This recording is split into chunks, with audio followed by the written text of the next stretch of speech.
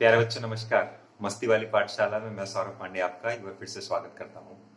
अपने पिछले वीडियोस में हमने देख लिया था कि दो सेट के कॉन्टेक्स्ट में हम रिलेशन और फंक्शन को कैसे डिफाइन करते हैं। फंक्शन से जुड़े हुए कुछ टर्मिनोलॉजी को भी हमने समझा था, है ना, कि किसी फंक्शन के लिए डोमेन क्या होता है, को डोमेन क्या होता है, उसका रेंज क्या होता है। एक फंक्शन में जो ऑर्डर्ड पेयर होते हैं उनमें हम किसे इमेज कहते हैं, किसे प्री इमेज कहते हैं। तो आज अपने फंक्शन की अपनी समझ को हम और आगे बढ़ाएंगे और 2 मिनट के लिए मैं फंक्शन के डेफिनेशन को एक बार फिर से आपके सामने रखना चाहूंगा। हमने देखा था कि हमारे पास एक नॉन एम्प्टी सेट ए होता था, एक दूसरा नॉन एम्प्टी सेट बी होता था और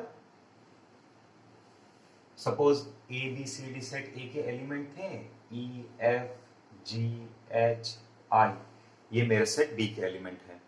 तो हम कहते थे कि अगर हमारे पास सेट ए से सेट बी की तरफ कोई रिलेशन एफ है जिसके तहत सेट ए के हर एलिमेंट का सेट बी में सिर्फ और सिर्फ एक इमेज है ना, कुछ इस तरीके का कि एक रिलेशन एफ है सेट ए से सेट बी की तरफ कुछ इस तरह से कि सेट ए के हर एलिमेंट का सेट बी में एक इमेज है, एक यूनिक इमेज है ना। तो हम कहते थे कि मेरा रिलेशन एफ एक फंक्शन है, ओके। और हम उसे लिखते कैसे थे कि F is a function from A to B. F is a function from A to B. Okay. Set A हमारा क्या कहलाता था? सेट A हमारा क्या कहलाता था? जितने भी ऑर्डर्ड पेयर बन रहे हैं A E B F C F D G, इन सब के जो ऑर्डर्ड पेयर बन रहे हैं उनका पहला एलिमेंट कौन सा है? ए बी सी डी, है ना। तो ये मेरा क्या कहलाता था? डोमेन। और ये मेरा क्या कहलाता था? पूरा का पूरा सेट बी। सेट बी मेरा कहलाता था को डोमेन। और मेरा रेंज क्या आता था? हर ऑर्डर्ड पेयर का जो सेकेंड एलिमेंट है उसका सेट, मतलब जो आउटपुट है उसका सेट ई एफ जी। तो ये मेरा रेंज हो गया। डोमेन मेरा सेट ए हो गया और codomain is my set B. ये हमने देखा था। अब f is a function from A to B को हम सिंबल के फॉर्म में कैसे लिखते हैं? हम लिखते हैं f colon a arrow b। हम इसे कैसे पढ़ेंगे? f is a function from a to b, जहां पर a मेरा क्या है? डोमेन है, b मेरा कोडोमेन है, ओके। तो इसी बात को ध्यान में रखते हुए हम फंक्शंस के कुछ एग्जांपल्स को देखते हैं, लेकिन उसके पहले मैं आपको दो शब्दों से और परिचित कराना चाहूंगा जो है रियल वैल्यूड फंक्शन और दूसरा है रियल फंक्शन। अब देखिए, मैंने आपको बोला था कि आप फंक्शन को एक रूल की तरह, एक मशीन की तरह सोच सकते हो जिसमें एक आउटपुट डालने पर एक इनपुट डालने पर एक आउटपुट मिलता है। तो रियल वैल्यूड फंक्शन एक ऐसा फंक्शन होगा जिसका रेंज या तो सेट ऑफ रियल नंबर्स हो या फिर रियल नंबर के सेट का एक सबसेट हो, है ना। So my range is either equal to set of real numbers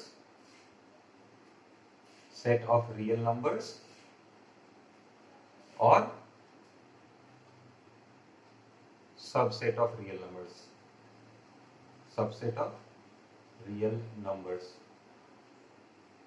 अब चूंकि मैंने इसको अलग कर दिया तो मैं इसको लिख सकता हूं प्रॉपर सबसेट, है ना, क्योंकि सबसेट ऑफ रियल नंबर्स कहने से ये तात्पर्य मतलब क्लियर हो जाता है कि हाँ, मेरा रेंज जो है या तो वो रियल नंबर्स का ही सेट होगा या फिर उसका एक सबसेट होगा, प्रॉपर सबसेट होगा, लेकिन यहाँ पर मैंने थोड़ा ज्यादा इलाबोरेट करके लिख दिया है। तो रेंज अगर कुछ इस तरीके से हो तो हम उसे रियल वैल्यूड फंक्शन कहेंगे। और रियल फंक्शन किसे कहेंगे? तो अगर मेरा डोमेन, फंक्शन का जो डोमेन है वो या तो रियल नंबर का सेट हो जाए या फिर सबसेट ऑफ रियल नंबर्स, है ना, subset of real numbers. Domain भी ये कंडीशन को सेटिस्फाई करता हो और रेंज भी मेरा क्या होगा, या तो रियल नंबर हो जाए या फिर सबसेट ऑफ रियल नंबर्स का सेट हो जाए। तो उस केस में हम इसे रियल फंक्शन कहते हैं, है ना, डोमेन भी और रेंज भी दोनों। इस केस में सिर्फ रेंज के बारे में हम कमेंट करेंगे। अब आइए कुछ रियल फंक्शंस के एग्जांपल को देखते हैं। एक फंक्शन है जिसे आप बहुत अच्छी तरीके से जानते हो, आपने क्लास 9-10 में उसके बारे में बहुत अच्छे तरीके से पढ़ा हुआ है ना, आपने पॉलिनोमियल्स के बारे में पढ़ा है। तो पॉलिनोमियल्स आप कैसे लेते थे? आप कोई वेरिएबल पकड़ लेते थे, सपोज मैं उसे x बोल दे रहा हूं, है ना, मैं क्या बोल रहा हूं, पॉलिनोमियल फंक्शन, पॉलिनोमियल फंक्शन। तो आप एक वेरिएबल पकड़ते थे, सपोज x, उसके बाद उस x के नॉन निगेटिव इंटीग्रल पावर आप पकड़ते थे। नॉन निगेटिव का क्या मतलब हुआ? तो वैसे इंटीजर्स जो निगेटिव ना हो, इसका मतलब 0, 1, 2, 3 ऐसे। तो x वेरिएबल पकड़ा, उसका non negative power x to the power 0 यानी कि 1, x to the power 1, x to the power 2, x to the power 3, इस तरीके से आप जा रहे हो x to the power n तक, जहां पर n हमारा क्या है, नॉन निगेटिव इंटीजर है ना, या फिर होल नंबर कह सकते हैं हम। उसके बाद आप क्या करते थे, आप इन सबको कुछ रियल कांस्टेंट से मल्टीप्लाई कर देते थे, रियल कांस्टेंट से मल्टीप्लाई कर देते थे। तो ये x नॉट है, मैंने इसको सपोज a नॉट से मल्टीप्लाई कर दिया, ये x1 है, इसको मैंने a1 से मल्टीप्लाई कर दिया, ये x2 है, इसको मैंने a2 से मल्टीप्लाई कर दिया, a3 से मल्टीप्लाई कर दिया, और इस xn को मैंने an से मल्टीप्लाई कर दिया। ओके, x मेरा रियल नंबर का वेरिएबल था, एक ऐसा वेरिएबल था जो सारे के सारे रियल नंबर को रिप्रेजेंट करता है, और मैंने उसके सारे के सारे होल नंबर के पावर्स को पकड़ लिया, और फिर उन सारे के सारे जो एक्सप्रेशंस हैं मैंने उनको कुछ रियल नंबर्स से मल्टीप्लाई कर दिया। ओके, और फिर मैंने उन सबको जोड़ दिया। ठीक है, मैंने सबको जोड़ दिया, इस तरीके से जोड़ दिया मैंने, तो मुझे एक एक्सप्रेशन मिला। और वो एक्सप्रेशन कैसा है, ये x नॉट तो 1 ही होगा, सो a not,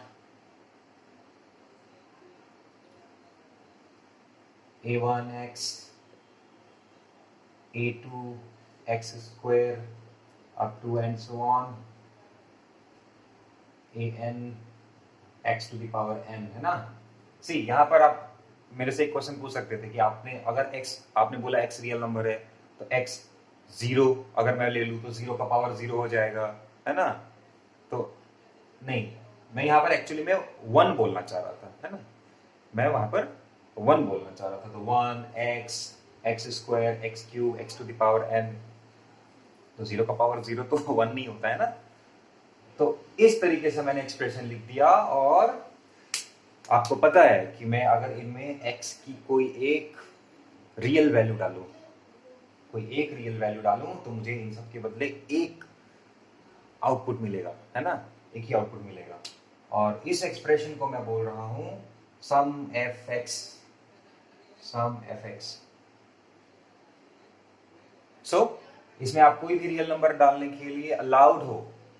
so real number डाल रहे हो आप, आउटपुट के तौर पे क्या मिलेगा आपको, रियल नंबर ही मिलेगा।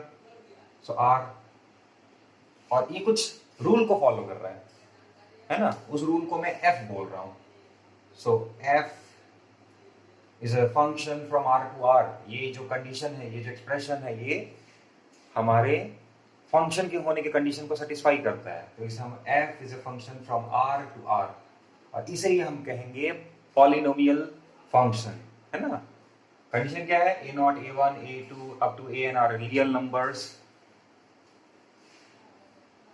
ए not A one A two A N are real constants, n is non-negative integer,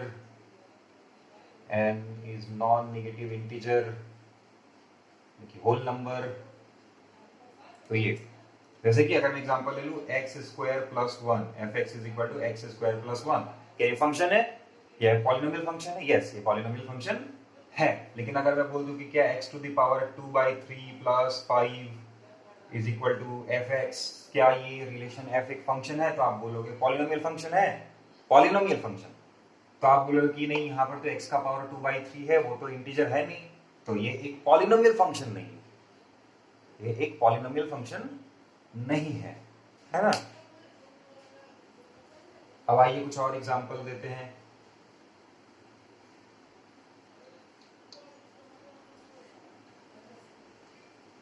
polynomial function में ही अगर मैं कुछ इस तरीके से ले लूं, पॉलिनोमियल फंक्शन का एक स्पेशल केस ले लूं मैं, F X is equal to X, suppose, मतलब जो इनपुट डाल रहा हूं वही मेरा क्या है, आउटपुट है ना।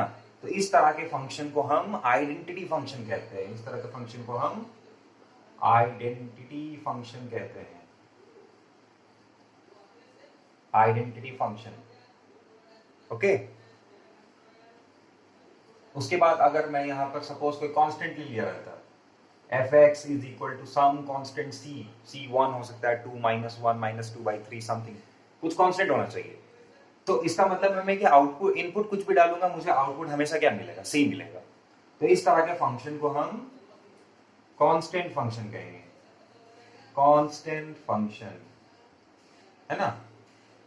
इसका अगर आप ग्राफिकल रिप्रेजेंटेशन देखोगे तो क्या होगा, अगर 1 डालोगे तो 1 मिलेगा, 2 डालोगे तो 2 मिलेगा, 3 डालोगे तो 3 मिलेगा, -1 डालोगे -3 मिलेगा।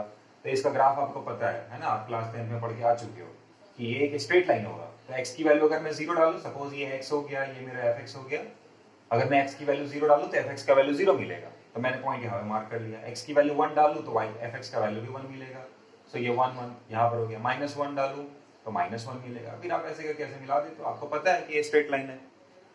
आप क्लास 11 में भी स्ट्रेट लाइन के बारे में बहुत डिटेल में पढ़ोगे, है ना। आपको पता है कि स्ट्रेट लाइन को रिप्रेजेंट करता है व्हिच पासेस थ्रू ओरिजिन, और ये एंगल कितना होगा, 45 डिग्री होगा। कैसे बता सकते हो, यहाँ पर एक ट्रायंगल बनाइए, ये आपका 1 है, ये हाइट भी 1 है, इसको अगर आप थीटा मान लोगे तो आप लिख सकते हो tan theta is equal to perpendicular by base, तो ये 1 आ जाएगा। सो आप कह सकते हो थीटा की वैल्यू 45 डिग्री होगी। ठीक इसी तरह पर अगर मैं अपना कांस्टेंट फंक्शन के बाद बोल दूं तो so this will be my x, this is my fx। Suppose ये c यहाँ पर कहीं है, तो मैंने x का वैल्यू 0 डाला तो मुझे c मिला, तो मैंने यहाँ पर कहीं मार्क कर लिया, suppose this point corresponds to 0, c, है ना। फिर और भी कोई वैल्यू डालूंगा तो मुझे सारे के सारे इसी हाइट पे पॉइंट मिलेंगे, है ना। x की सारी वैल्यूज के लिए मुझे y की वैल्यू c ही मिलेगी। फिर उन सबको अगर मैं ऐसे मिला दूं तो मुझे स्ट्रेट लाइन मिलेगा जो कि x एक्सिस के पैरेलल होगा, है ना, x एक्सिस के पैरेलल होगा। सो आप कह सकते हो कि आपका जो कांस्टेंट फंक्शन है या फिर आइडेंटिटी फंक्शन है वो पॉलिनोमियल फंक्शन का ही एक स्पेशल केस होता है। आइए अपने अलग तरह के फंक्शन के बारे में देखते हैं जिसे हम रेशनल फंक्शन कहते हैं। आपको इन टर्मिनोलॉजीज को ध्यान में रखना पड़ेगा। Rational function,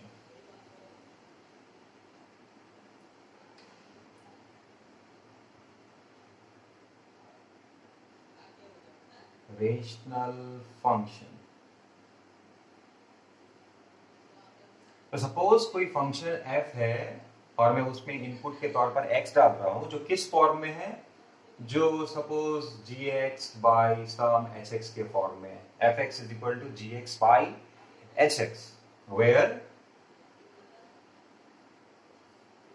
gx and hx are polynomial functions, है ना, ध्यान रखना, polynomial functions, polynomial functions and ये जो एच एक्स है जो डिनोमिनेटर में है, ये एक्स की किसी भी वैल्यू के लिए 0 के बराबर नहीं होना चाहिए। So G X is not equal to 0, है ना। तो ये अगर 0 हो गया तो फिर प्रॉब्लम हो जाएगा, मैथ्स में 0 से भाग देना अलाउड नहीं है,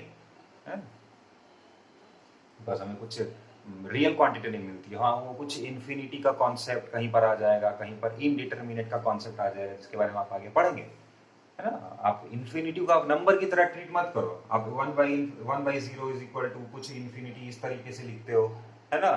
सो ये इन्फिनिटी नंबर नहीं है, ये एक कॉन्सेप्ट है।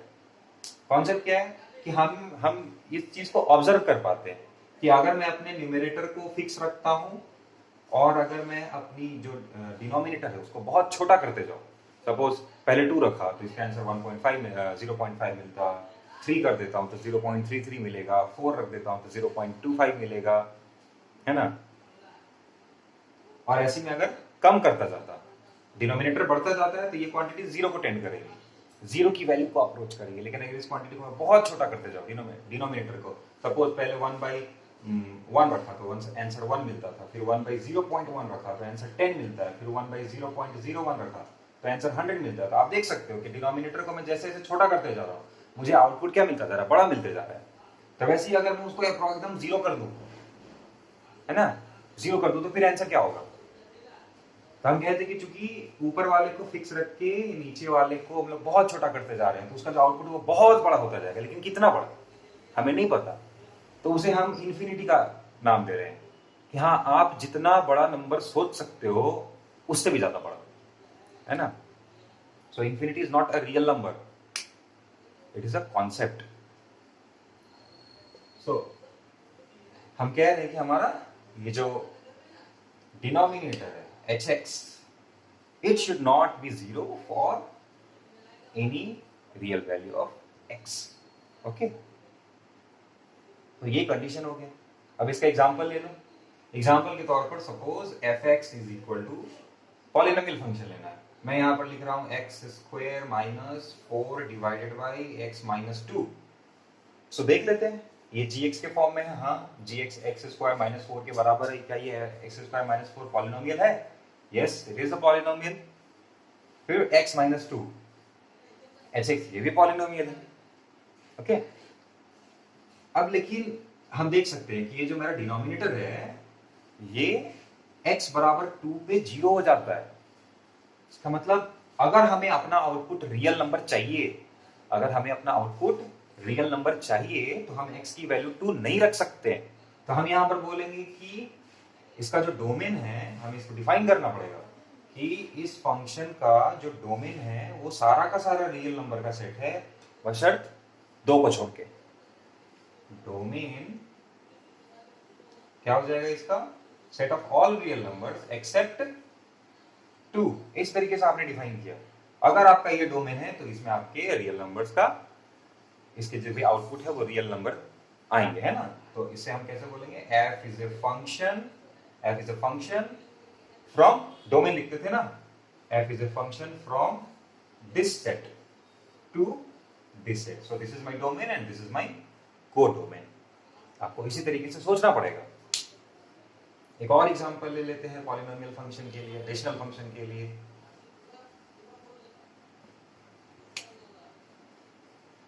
Suppose fx is equal to x square plus 2 और suppose x square minus 2 divided by x square plus x plus 1, है ना।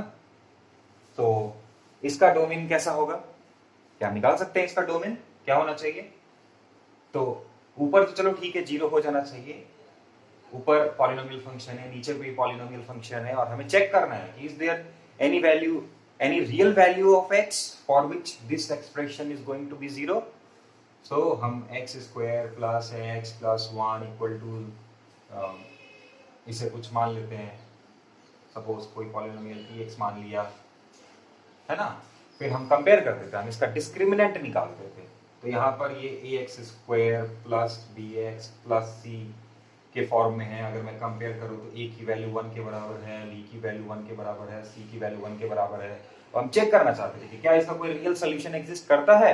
रियल सॉल्यूशन एग्जिस्ट करने का मतलब x की वो रियल वैल्यू जिसके लिए px का वैल्यू 0 हो जाए।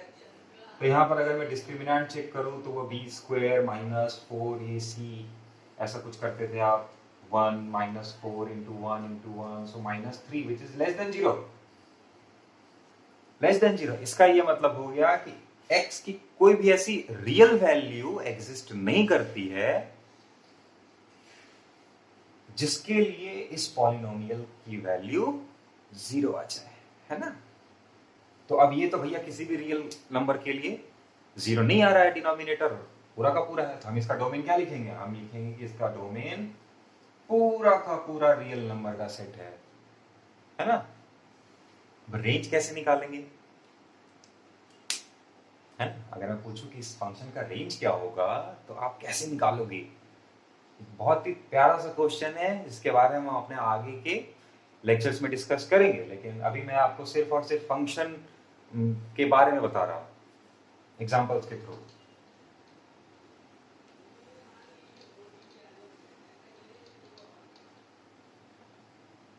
तो हमने देख लिया rational function, polynomial function, identity function, constant function. अब देखते हैं हम मॉड्यूलस फंक्शन के बारे में। मॉड्यूलस फंक्शन, मॉड्यूलस फंक्शन, ठीक है। So it is a function from set of real numbers to set of real numbers, okay. अब रिलेशन क्या है, तो रिलेशन कुछ ऐसा है, देखो fx,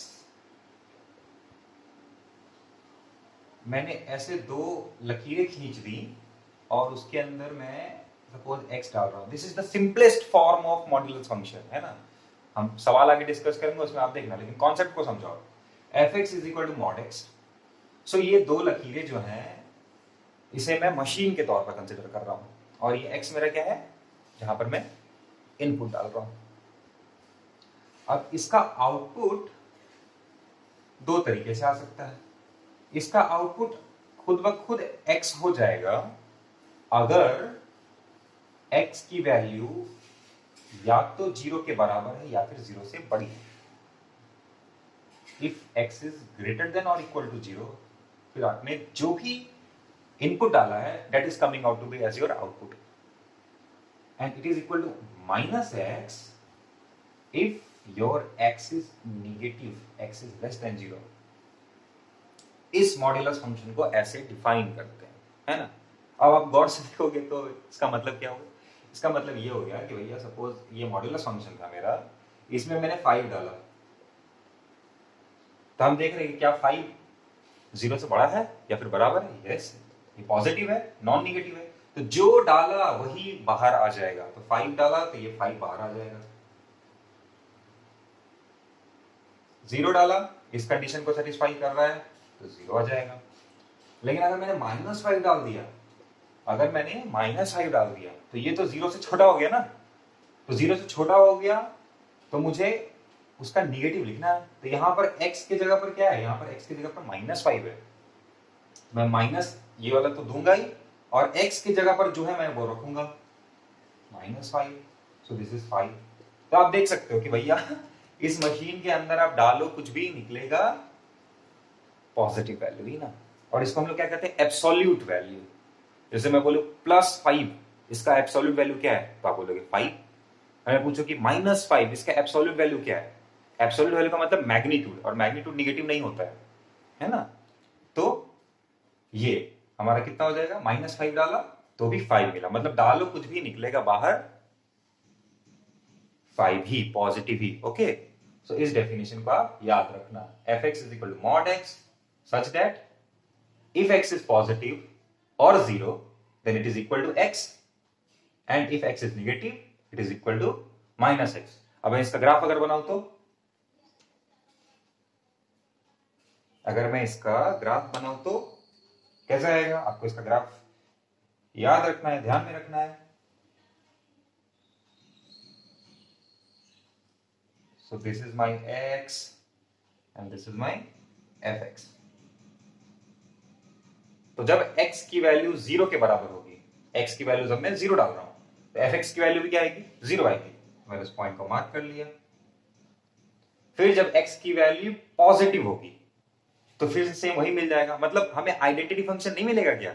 x की वैल्यू अगर मेरी पॉजिटिव है तो मुझे fx is equal to x मिल रहा है। इसका मतलब ये नीचे वाला पोर्शन में छोड़ दूंगा, मुझे इस साइड वाला पोर्शन नहीं चाहिए, तो ये ऐसे जाएगा, है ना। ये हो गया हमारा। उसके बाद x की वैल्यू जब निगेटिव है तो देखो, जब 1 डालोगे तो 1 मिलेगा, लेकिन जब -1 डालोगे तब भी 1 मिलेगा, है ना। जब -1 डालोगे फिर भी 1 मिलेगा, तो मैंने इस पॉइंट को मार्क कर लिया।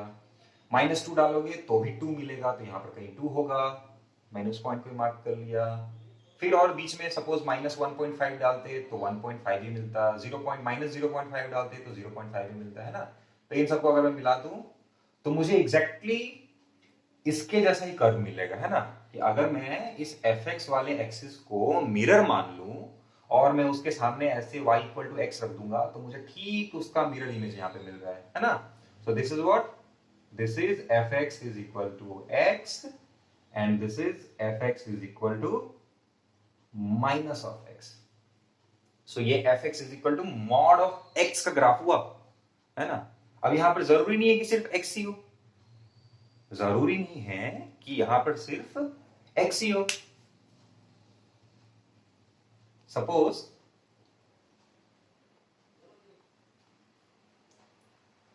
ऐसा भी हो सकता था कि fx is equal to mod x square plus 1।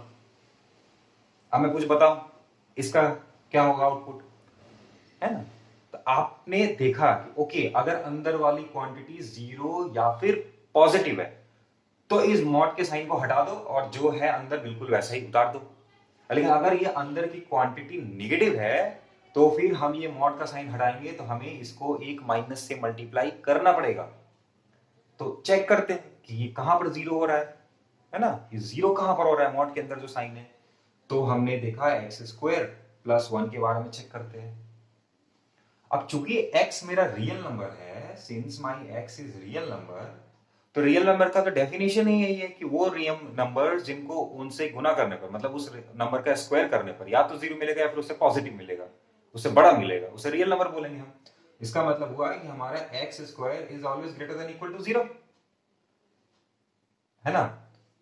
अब इस इनइक्वालिटी में अगर मैं दोनों साइड 1 ऐड कर दूं, इधर भी 0 में 1 ऐड किया, इधर भी 1 ऐड किया, तो इनइक्वालिटी के साइन में कोई चेंज नहीं आएगा, है ना। So this is what, X square plus 1 is greater than equal to 1। मतलब इस क्वांटिटी की मिनिमम वैल्यू क्या हो सकती है, 1 हो सकती है ना। मतलब 1, 1.1 ऐसे जाएगा, ये 0 तो कभी जाएगा ही नहीं, मतलब इसकी वैल्यू हमेशा पॉजिटिव होगी। तो अगर इसकी वैल्यू हमेशा पॉजिटिव है तो इस मॉड के साइन को हटाने पर मैं डायरेक्टली क्या लिख सकता हूं, एक्स स्क्वायर प्लस 1, मुझे कोई माइनस वगैरह नहीं लगाना पड़ेगा। ओके, तो ऐसे ही आपको सोचना पड़ेगा। हम कुछ सुंदर क्वेश्चन लेके डिस्कस करेंगे, लेकिन आप समझो कि फंक्शन कहने का ये मतलब नहीं है कि जिस फॉर्म में आप फंक्शन को डिफाइन कर रहे हो, है ना, हमेशा आपको उसी फॉर्म में मिलेगा। आपको हमने मॉड एक्स लिखकर आपको समझाया था, लेकिन मैं मॉड की जगह पर, मॉड एक्स की जगह पर मॉड एक्स स्क्वायर प्लस 1 भी रख सकता हूं, मैं कुछ भी रख सकता हूं, है ना। तो आप इस चीज को समझिएगा। सो आइए, हमारा हो गया मॉड्यूलस फंक्शन। आशा करता हूं कि आपको आज का वीडियो समझ में आया होगा, आपके कॉन्सेप्ट्स क्लियर हो रहे होंगे। अगर आपको मेरी ये वीडियोस पसंद आते हैं तो आप वीडियो को लाइक करिए, अपने दोस्तों के साथ शेयर करिए, मेरे चैनल को सब्सक्राइब करिए। अगर किसी तरह का कंफ्यूजन आता है तो आप कमेंट के जरिए मुझे जरूर बताइए। Thank you.